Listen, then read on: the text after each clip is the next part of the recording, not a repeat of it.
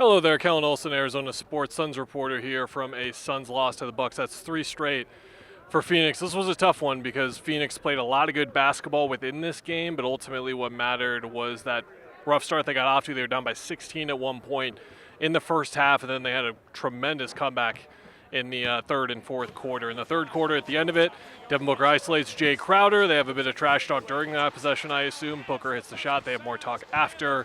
That really got the crowd going here, and it was maybe the loudest the crowd has been here in at least a month or two. I would feel safe in saying. Felt like something was really starting to happen for Phoenix, but then when the game was tied at 97 with about 7 minutes left, Milwaukee played really well for a couple of possessions, and that was pretty much the game. That was it. The margin of error without Kevin Durant right now is pretty small, and especially in a game like this when you work so hard to get back, just like the loss to Golden State last night, it's just tough. It's going to come down to execution on a couple of possessions, and the Suns just wasn't there tonight. Devin Booker played really well. He and Jay Crowder both said after the game, that's all love, that's all respect. They both just want to compete, and when those two guys compete, they talk to each other a lot. Doesn't matter who it is, and they're all good. Everyone seemed to be all good. I have gone this far without talking about free throws, which upsets many of you, I'm sure.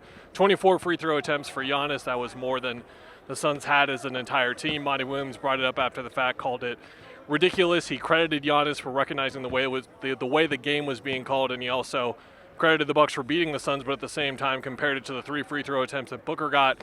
That was more of the same sentiment around the locker room, and then from Booker after the game, it has been a challenge for this team to generate free throws, and sometimes they've often felt that it's been at a detriment to how they are officiated as a whole. And tonight had some glaring examples. Of course, Torrey Craig lost a tooth on a no call. I'm not one to complain about officiating or spotlight it, but not getting a foul call there when you lose a tooth, that's a pretty tough blow.